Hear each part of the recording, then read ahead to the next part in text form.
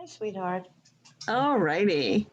Well, welcome everybody to our Nature Connections Lunch and Learn series. We are now on week 3, and this week is going to be all about Project Feeder Watch. We're really excited about that. A few things to think about coming up. This coming Saturday will be our Earth Day Festival, April 10th, from 10 o'clock until 3 o'clock. It's a great family-friendly event. We'll have some really great vendors there, selling everything from environmentally nature art to environmental products. We'll have some fun family activities, including stream stomps and a wildflower walk and a bird walk. So it's just been a nice day to get, hopefully, for everyone to get outside. So hopefully everyone will come and join us this Saturday. Also a reminder about our Lunch and Learn series. When you sign up for the series, you only have to sign up once, and the same link will work for the entire series. Next week's theme is going to be with Diane Smith on Project Nest Watch, which should be lots of fun. So we got some really great stuff coming up. So definitely share with your friends, and hopefully they'll sign up as well and come out and join us. The recordings will be up probably in a couple of days, so people can also watch the recordings on YouTube. Alrighty, I think those are my big spiels. Oh, and don't forget, it's beautiful weather, really nice out. Come out, visit the site. Our property is open from dawn to dusk every day. So hopefully we'll see everybody out soon. Alrighty, I'm going to turn this over to Barbara Beck. Barbara is actually one of the wonderful board members and a member of our Citizen Science Committee at Bucks Audubon, and has also been a longtime participant in Project Feeder Watch, and she's going to tell you all about it. So Barbara, go ahead and take it away. Hi there. Well, thank you. Thank you very much for joining. I'm really excited to present about this project because it is a really fun citizen science project that can be engaged with kids through, through adults. It's just a wonderful program. So we'll be covering a number of things today. I'll give you a brief intro to Feeder Watch. But then in order to get the best out of Feeder Watch, we're going to talk a little bit about birds, why feed birds and feeder options, baffling squirrels, of course, creating a healthy bird habitat and keeping your birds safe. So by engaging in all of these different things, your overall experience of Project Feeder Watch will be much, much richer. We'll talk about how to conduct Feeder Watch at your home, tracking your data, and also, we're putting data into a system. It's a citizen science project. So what do we get out of it? What does Feeder Watch tell us about the data that we put in? So it would be good to just, for those of you who may not know, what is citizen science? Citizen science, by the way, a lot of groups are changing the name, and we did on our committee as well. We're calling it community science now. Citizen science seems to have a more formal connotation, and by using the term community science, it really brings everyone into the fold. So you'll see a lot of groups that advertise for participants in citizen science might be saying community science, and that's the same thing, just in case you hear that. But citizen science involves the public who's actually contributing data that is used for professional research by scientists. It does help to answer large-scale scientific questions, particularly with Feeder Watch on trends. It also promotes environmental awareness and scientific literacy. As you become involved in Feeder Watch, you will start doing, you'll learn about not only Feeder Watch, but you'll learn about birds, you'll learn about their behavior. So it's really a very enriching experience to become a citizen scientist. Project Feeder Watch is involved with studying the distribution and the abundance of feeder watch birds. They've been doing this since 1987. So there is quite a lot of data available to share. It takes place in the United States and in Canada, And this is an old slide here, so I'm sure it is well over 16,000 participants annually. Here's a distribution of participants that was done several years ago. And you can see we're really active in this part of the country. So when you sign up for Feeder Watch, you'll get instructions on how to conduct it.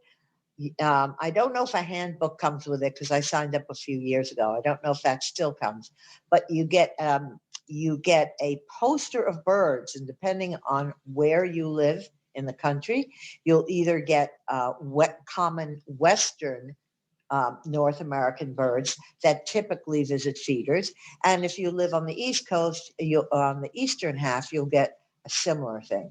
You'll also get a bird watching calendar, and this is where you can mark the days. You can just hang it up and mark the days in which you do your feeder watch. This is what you'll get if you're in the eastern part of the U.S. Again, these are very common feeder watch birds. You will get others upon occasion, but these are the most common ones that you'll see. And this is a great depiction, a great way to start to learn about birds if you're not that familiar with them.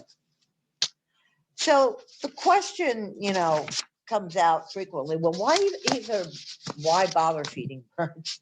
And why do millions of Americans feed them? Well, first and foremost, it brings these really spectacular animals to our gardens or our balconies.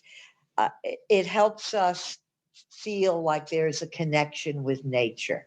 You can see it right in front of you. You might be hearing the birds on a beautiful spring day, but it's great to see them up close and personal. Feeding birds is also a lot of fun. You can experiment with different foods, see what they like, different types of feeders, see what comes to which feeder. So it's really a fun experience.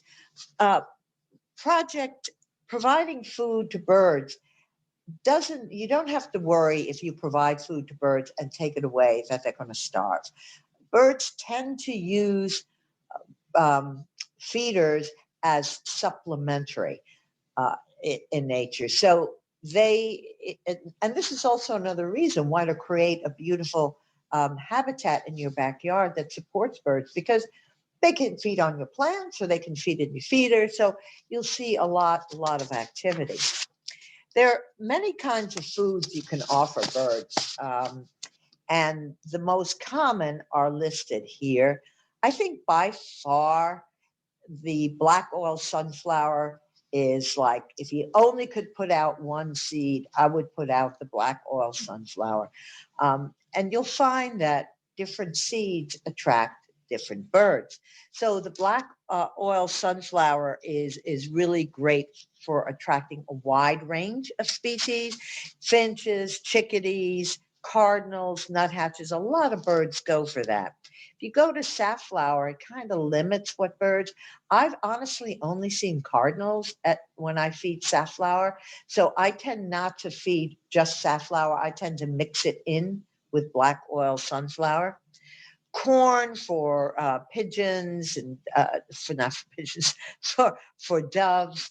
Millet, a lot of the finches like millet. Of course, house sparrows love it too. So if you have a lot of house sparrows and you put out millet, expect to see them.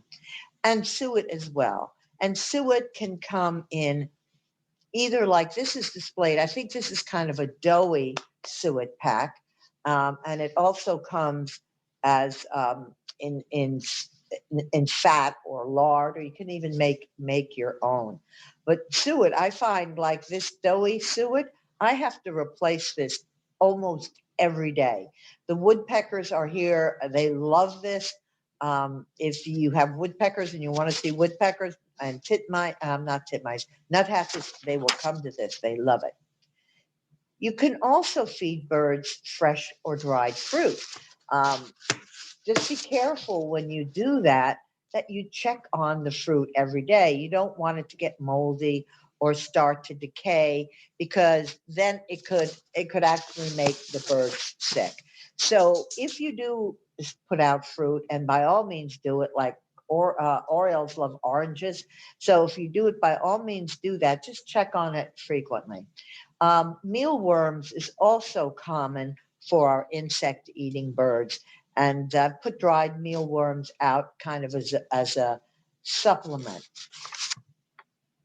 So we talked about the foods. Well, what about feeder options? You'll also find that birds are kind of particular as to what kind of feeders they go to. Um, Although I have the suet feeders that you see here, um, uh, are really great for woodpeckers and northern flickers, nuthatches, and chickadees. I see them go to this a lot. But this year, I've seen cardinals trying to eat from a suet feeder, which is a weird picture to see a cardinal hanging on a suet feeder. Usually they go to different types of feeders. But you want to look for feeders overall that don't have sharp edges, anything that can hurt a bird. Definitely that's easy to clean, because you should clean the feeders regularly, to get rid of any debris on it, to get rid of any bird poop on it, and just to keep it clean, because if it stays dirty throughout the season, it may harbor diseases for the birds. And that's easy to fill, and is by all means sturdy. And sturdy comes in particular importance when you're talking about having squirrels on your property. Hopper feeders like this one displayed is also very common. It gives some protection to the seeds from the weather, but not much, because as the seeds come out the bottom of the hopper, those seeds, if it's raining out, will get exposed. But birds tend to eat them up quickly. I see a lot of platform type feeding birds. Cardinals go to this a lot. So do so do starlings. But other birds, a lot of birds go to this type of feeder. Platform feeders are just like they describe their platforms. They're very exposed, though, to the environment. So if you put up a platform feeder and you have a heavy rain, it's going to look like soup. So while these are nice feeders to have, if they will require a lot more cleaning and maintenance, because of the weather, being exposed to the weather. I thought this was kind of a cool picture with wild turkeys up on a platform feeder. I can't say I've seen that yet here at all. Nectar feeders are for those lovely little jewels called hummingbirds, and even for orioles, and for ants and bees as well, who find their way there every once in a while. But nectar feeders also are very good. You don't have to buy. As a matter of fact, I discourage you from buying nectar. Um, there's no reason to. All you need to do is at a ratio of 1 to 4. So you mix a quarter cup sugar with a cup of water, hot water, and you let that cool, and that's what you use. Be careful. Just use white granulated sugar. Don't go for organic or brown sugar or anything like that. Plain white table sugar is the best thing to use. And again, with a nectar feeder, because it sweetness, you don't want anything to ferment. So every 3 to 5 days, you probably should clean out your feeder, maybe even more if it's very hot out. Tube feeders, I think, are probably the most common types. And there are many types of tube feeders. Squirrels like these too. We'll talk a little bit more about preventing squirrels from getting to your feeders.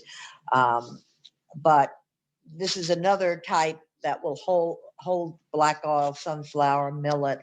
A lot of your seeds will fit in here. Some of them, oh well, uh, some of these tube feeders will have guards around them to protect or to keep squirrels out. Check on that, because I've seen squirrels go through that. Niger or thistle feeders, very if you want to get goldfinches in your yard or pine siskins, this is a good choice to have.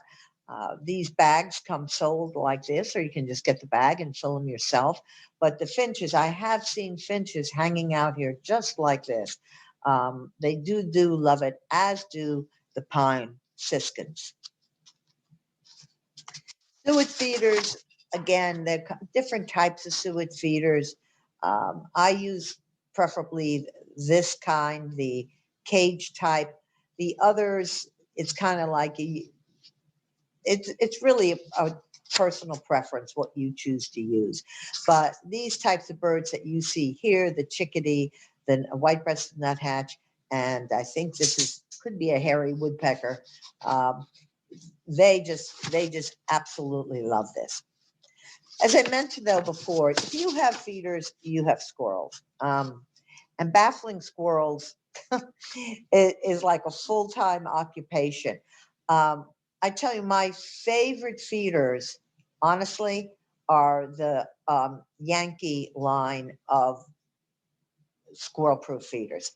They are expensive. They can cost you $100 plus a clip, but they are sturdy. They will last forever. They will, if you call them up, they'll send you replacement parts, and they really work. They keep squirrels off. But let's talk about different ways to deter squirrels. And I like the way they use deterrence, because sooner or later they might figure it out. These are different types of baffling systems that you can use. But try, when you set up your bird feeders, to keep it away from trees, close to trees, like 10 feet, because squirrels can go from the tree, they can jump over onto your feeder. If you have a baffle like this, they won't, it'll be very difficult for them. But avoid placing your feeder close to shrubs and fences, anything where you think they can get a good jump onto your feeder.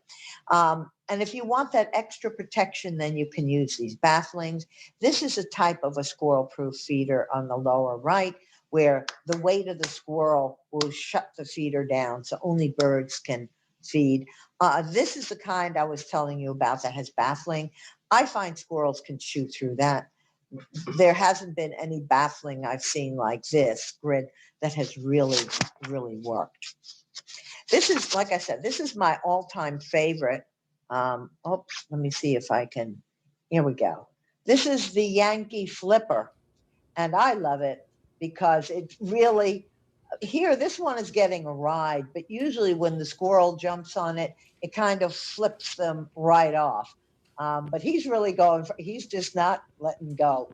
But he won't get to those seeds unless he can, unless he finds a way to hang on to your feeder and the squirrel thing at the same time. So the Yankee line is the best that I found so far. The Yankee Flipper, Tripper, I think, Flipper, they have a whole bunch of PER type names. As I mentioned before, if you have bird feeders and you want to get involved with feeder watch, it's also cool to kind of create a bird-friendly habitat. Do that as part of your bird nurturing activities. And as with any wildlife, there are three things you definitely need. You need shelter for your birds, you need natural food sources, or in the case where you're feeding them, food sources, and water. Also, you need places, if you want to go totally all out for having a bird-friendly habitat, you want to have places where they can breed, nesting as well. But for purposes of Project Feeder Watch, this is great. So shelter can be, pines are great shelters, arborvitaes, great shelters, low shrubs, thorny shrubs, things like this are great for birds. If predators are in the area, they can go to right away. Brush piles also can serve that purpose. But brush piles can also harbor predators, so be careful what you create. Natural food sources, when we're talking natural food sources, what we're really saying is native plants. So natural food sources should be native plants that can support the type of bird you're interested in attracting. Humming, if you put in nectar plants, hummingbirds will come. Also, butterfly moths, or hummingbird moths rather, will come. So natural food sources, ones that create seeds, native plants. Think native plants when you think natural food sources. And of course, water. All forms of wildlife, and birds are no exception, need water. They tend to like moving water. So if you have a little stream, or in your bird feeder, if you put a little one of these little solar fountains, or have the water running somehow, they really, really like that. And you'll find them drinking from there, bathing from there. I have a little natural stream that not a natural, little stream that I've created. And in the summertime, I see all types of birds going there and taking baths. Not surprisingly, robins come a lot, but I have seen a lot of catbirds and other smaller birds taking baths there. So water is critical. And you also kind of want to keep your birds safe you want to keep them safe from predators. If you see, like this morning, in the past 2 days, actually, I've had a red-tailed hawk sitting eyeing my bird feeders. So if that's a problem, if you have hawks coming around, if you take your feeder down for a few days, the hawks may likely move on. And if you put the feeders back again, your songbirds will come back. Protect the birds from disease, and you do this by keeping your bird feeders clean. It's very important to keep them clean. Keeping cats indoors is a big, big, big one, because actually millions of birds are killed every year by cats. So there are places you can learn about keeping, how to keep it safe, how to keep your cats, indoors. For more information, you can go to the website, ABE Birds, which is the American Bird, ABC Birds rather, American Bird Conservancy. But if it's possible, try and keep your cats away, or in an area that's enclosed where you can keep them away from your feeders. Windows is another thing. Collisions is a big thing with windows. So there are things that you can do to help minimize bird impacts with windows. So it's great to try that. So I've told you about a little intro about Feeder Watch. I've told you about creating a bird habitat, making it friendly, what kind of foods you can feed them. So now imagine yourself in your garden and you have the perfect setup, and you have your feeders placed. You know exactly what you want to do. So now, how do we conduct Project Feeder Watch? What entails it? What is entailed in it? So Feeder Watch is a very, as I said, user-friendly citizen science project. You essentially will set up a count site. You'll choose which days that you want to observe birds and how long. You'll count the birds, and you'll submit the data online. So those 4 steps summarize what Feeder Watch is. So let's go through them. Setting up your count site. Your count site is not just where your feeders are. Consider what's in your field of vision around the feeders as your count site. And that's why it's nice to have native plants also in your backyard area. So they may be feeding on that, or they may be feeding on your feeders. You don't have to count the birds that are just on your feeders. You can look in the surrounding area, in the area your feeders are located. And also that it's easily viewed. You want to have your feeders placed like in a spot where you can sit by the window and enjoy the feeders, and are easily able to count the birds. You choose your count days. Now, you don't have to choose these in advance. You can choose them. You can just say, hey, today I feel like counting birds. So you can count as often as you want, but as often as you want during the cycle, but only every 1 week. And it has to be 2 consecutive days. So you can do it every Saturday and Sunday, or you can do it in the midweek on the 11th and the 12th, for example. But then you have to have at least a week in between your observation. The time frame is typically, it starts sometime in November, and typically it ends in early April. However, this year, Feeder Watch has extended it to the end of April. So you'll probably also be able to maybe catch some migrant birds that are coming through and need a bite to eat. And as far as the time goes, you don't have to set that in advance. Just keep track of the time you spend observing. That sound will go away in a minute. I forgot to mute my phone, sorry. Okay, then you should count your, let's talk about counting your birds. Birds attracted to the feeders and the plantings in your count site. Well, you could have predator birds, you could have predatory birds. That's puts a whole new slant on the term bird feeder. But you will probably at some point get a hawks, but also your songbirds. So you count any birds that are in your area, but do not count birds that are flying over.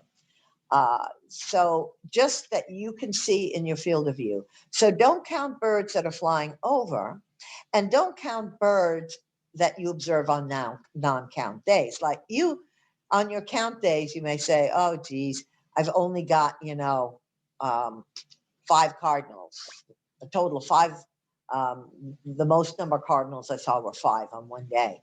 And then the next day, oh my God, you don't know what happened, but a whole flock of wild turkeys just showed up by your feeder, and this is amazing and this is interesting. Can I add it? No. Once you select a count day, use that day and the next day. Don't cheat, because really no data is just as important as data.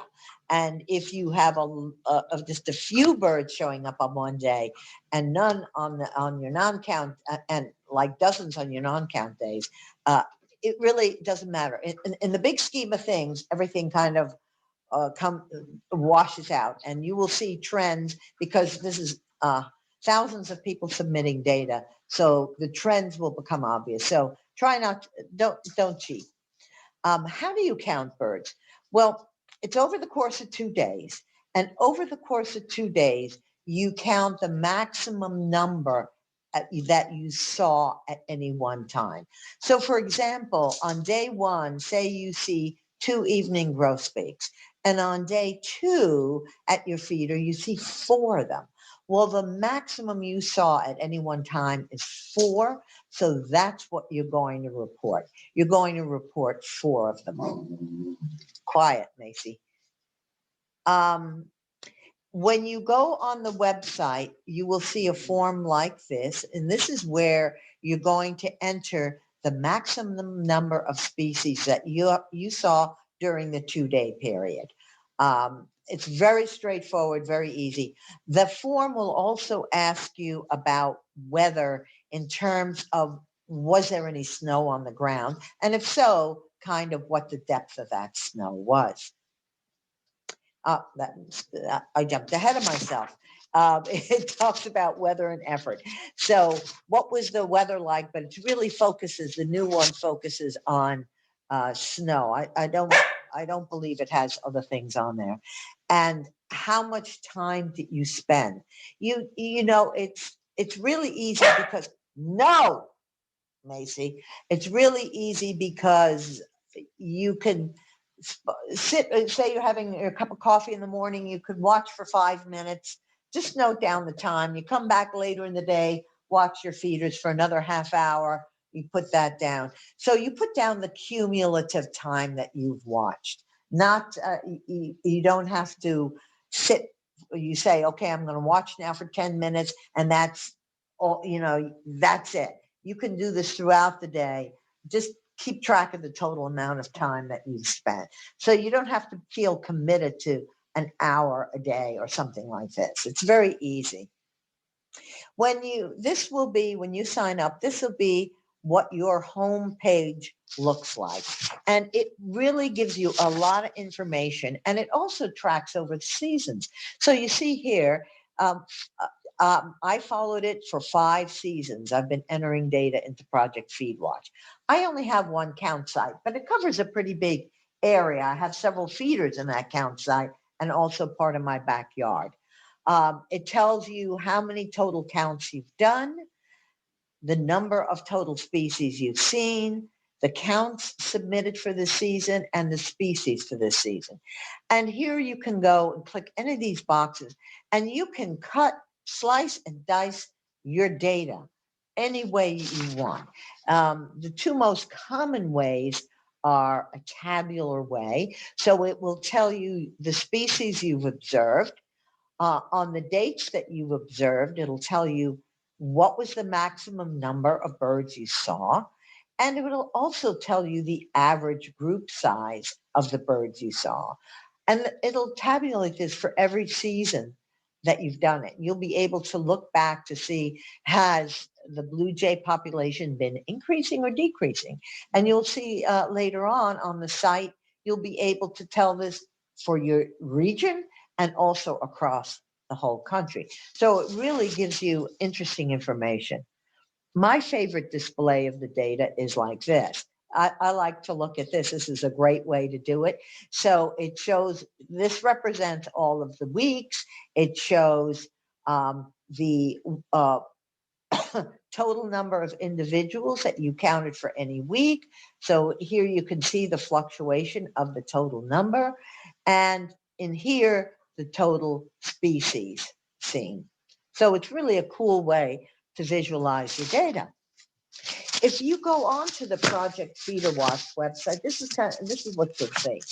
They'll have lots of tabs up top about them, learning, community, exploring in your data. So in the learning spot, it talks, there is so much information here about feeding birds, how to identify them.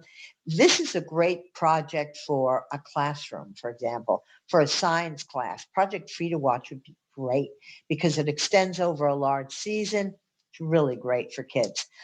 Any unusual birds. It also follows sick birds and diseases, and I'll show you that later. But this is a very good section here on tricky IDs for birds. You'll find if you're a birder or if you're not birder and you're trying to learn, or even if you are a birder, sparrows, are tricky. Warblers are tricky. So this goes through that, and it has a wealth of information. Under the community page, this is where a lot of interactive stuff is posted. You can even submit pictures of your feeder watch birds, and they'll do contests and have winners. And here you'll see for the past series of seasons who the winners are. So that's really great. And they have feeder watch cams as well. So there's a lot of interactive stuff that you can do. Under the Explore section, this is where, and I'll show on the next slide some things, this is where you'll see how your information has contributed to Project Feeder Watch, because this is where you're going to see things like trending graphs, birds by state and province. And they also have a great feature of year-end reports. So this is an example of a distribution trend. So what you do when you pull this up is it shows all the different sections, and we are located, not surprisingly, in the northeast quadrant. So what this will display is the percent in that particular quadrant and area, the percent of feeders visited, and the average flock size. And this scale down here, you'll see is from 89 to 2019. This scale moves. So as it moves, the percentages on this graph will change. So this is an interactive graph. You can also you can also see summaries, bird summaries by a particular state. So you looked in the Northeast region, you saw what that is. You can enter in, okay, 2019 to 2020 in Pennsylvania. I want to see what the bird distribution was like. And it will show you all the birds. It'll show you the percent of sites visited during the count. And again, the average group size. So you can gain a lot of information about the birds in your area. I mentioned sick and unusual birds or unusual birds. Um, this also trends. So here you can see house finch disease. If you, when you enter your data into Feeder Watch, when you enter a goldfinch or a house finch, a secondary question will pop up and it'll say, did you observe any evidence of eye disease, house finch eye disease? And you'll either say yes or no. And this shows you here that, look, in 2 years, the difference between 2 years, how much that disease has really spread. So that's an undesirable kind of trend, but it does show you that. And this is what house finch eye disease looks like. If your feeders are close enough with your binoculars, you may be able to pick out that their eyes just don't look quite right. They look almost, like they're runny and kind of diseased. And you will see that on the project Feeder Watch. So you can look for that on Feeder Watch data on that. You can also monitor bird movements on Project Feeder Watch. So there are so many good things that you can pick up. You can also pick up rare birds, like when you enter a bird that's, I got not yelled at, but I entered a bird on my feeder that is not commonly seen on feeders, and it will call up and question that and ask you to provide more information. The best information you can provide them is a photo.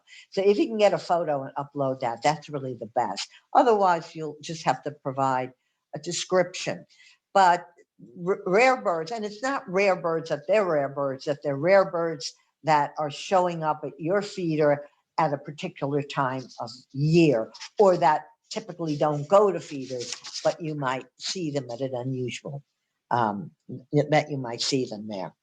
So the only reason I have the common grackle up here is because the way the information is displayed in Feeder Watch has changed. Like I said, this is an old slide, but what you will be able to see is information. You can select one bird and you can see information about that bird.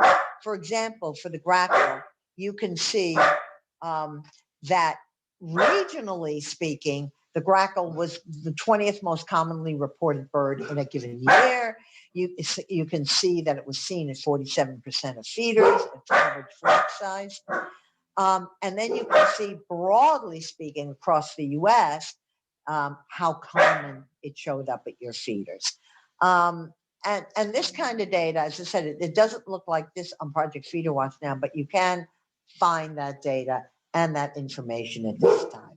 A really great feature that they have is Yearend Reports. And you can go in there and it will give you, for the year you select, a summary or highlights of what was seen from all of the data collected, what common trends or anything that was unusual seen over the course of the year. I just included this because I just got an email from Cornell Lab of Ornithology a few days ago, and this was highlighting how supplemental feeding was found to impact foraging behavior.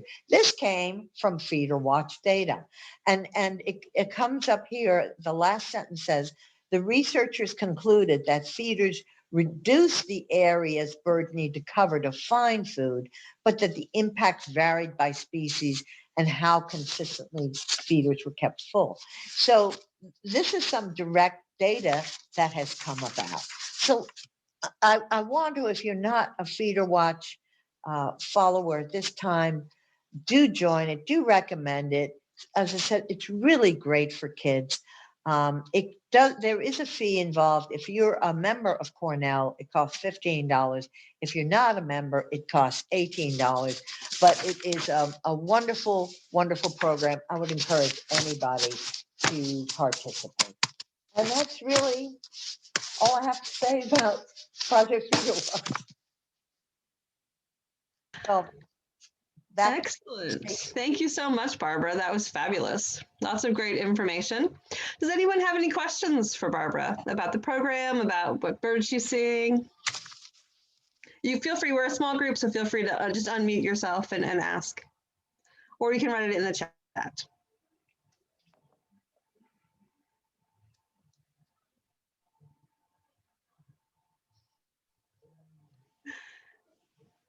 All right.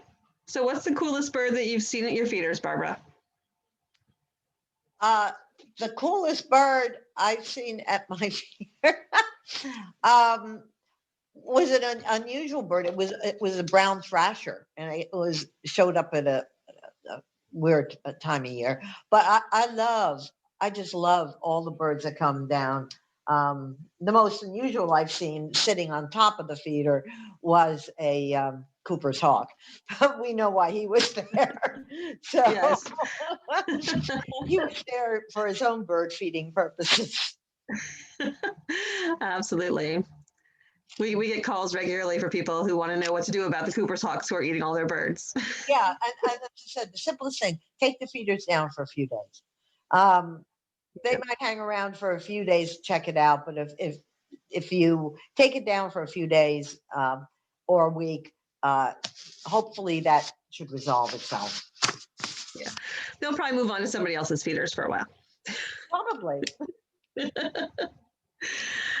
Excellent. Any other questions for Barbara? All righty. Well, thank you all so much for coming today.